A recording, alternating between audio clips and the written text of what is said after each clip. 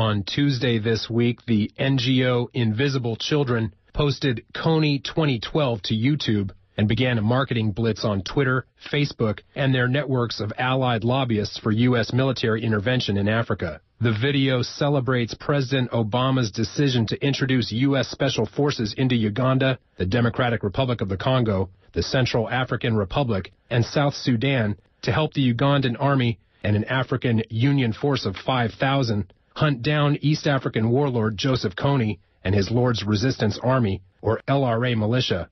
By this afternoon, the video had attracted nearly 70 million views, made millions of dollars in YouTube advertising and donations, and won President Obama's endorsement.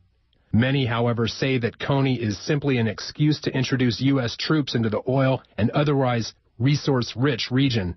A counter-campaign, Tony 2012, has been launched to bring former British Prime Minister Tony Blair and other alleged world-class war criminals to justice in the International Criminal Court in The Hague. KPFA's Ann Garrison has the story. The YouTube video, Kony 2012, applauded President Barack Obama's introduction of U.S. Special Forces into East Central Africa to help 5,000 Ugandan and African Union troops hunt down minor warlord Joseph Kony and his Lord's Resistance Army militia of no more than 100 or 200.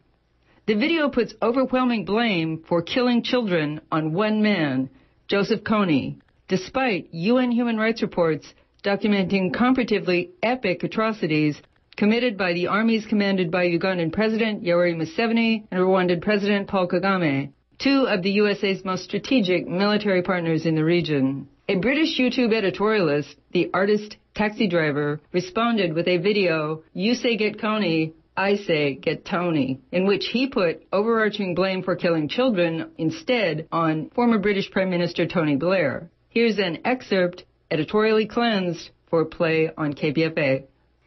You say get Kony, I say get Tony, a.k.a. Anthony Charles Linton Blair, who walks around on this earth with f***ing freedom. Well, actually, he don't. He's got massive security entourage, and they have to, like, close off the town just so he can walk down a f***ing street, because everyone wants to get him. But he walks around like he's the f***ing bee's knees, and he's a child killer. He's a f***ing child killer. Tens of thousands of children have perished at his hands. At his f***ing hands.